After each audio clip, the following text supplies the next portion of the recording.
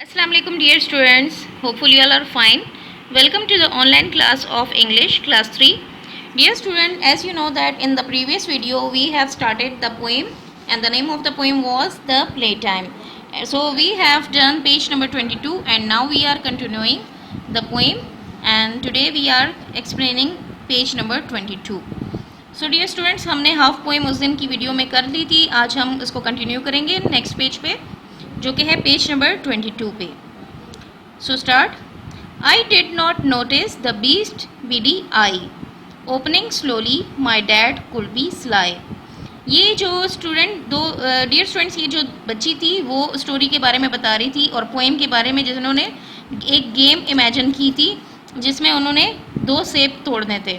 तो वो आगे बता रही थी कि मैंने नोटिस किया यानी मैंने गौर किया कि वो जो बीस्ट यानी देव था, देव कहते हैं दरिंदे को, जो दरिंदा था उसकी चमकती हुई आँख यानी उसकी चमकती हुई आँख को मैंने खुलते हुए गौर किया कि उसकी जो आँख थी वो चमक रही थी. ओपनिंग स्लोली यानी वो आहिस्तगी से खुल रही थी.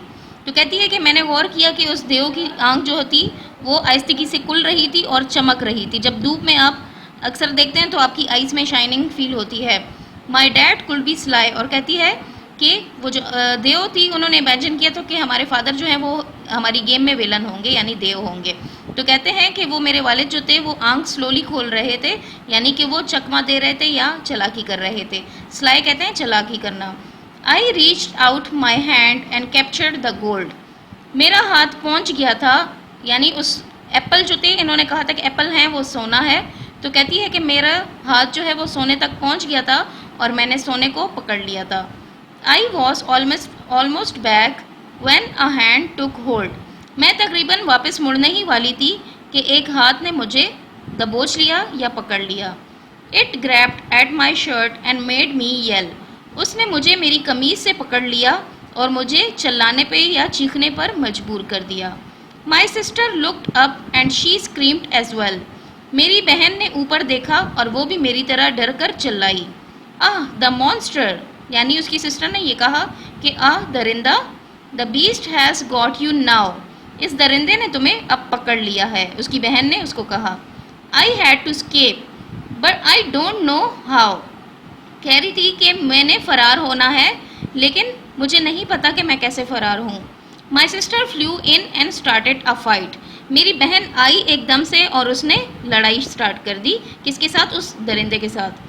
We both fought the beast with all of our might. और हम दोनों उस देव यानी उस जो विलन था उसके साथ लड़े अपनी पूरी ताकत के साथ. Soon he was weak and he fell to his knees.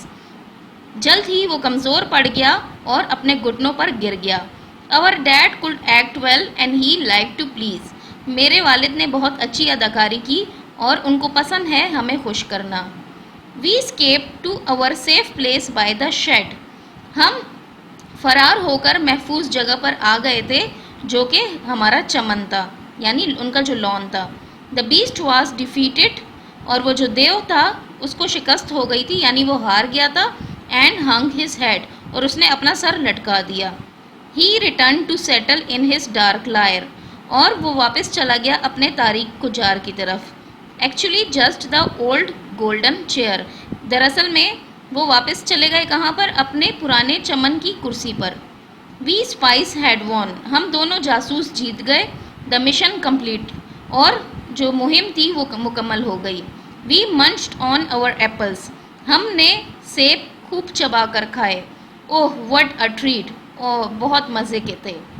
Dear student, मैं आपको अब ये क्लियर करती हूँ कि ये एक गेम थी जो इन 2 बच्चियों के दरमियान ये खेल रहे थे. ये दोनों बच्चियाँ और इनके साथ इनके वालिद भी उस गेम में शामिल थे.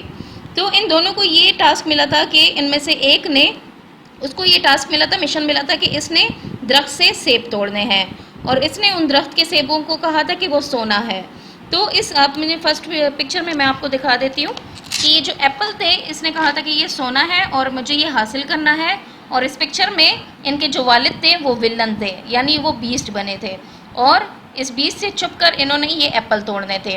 तो जैसे ही ये एप्पल तोड़ने में कामयाब हो गई तो इसने कहा कि मैंने सोना जो है हासिल कर लिया.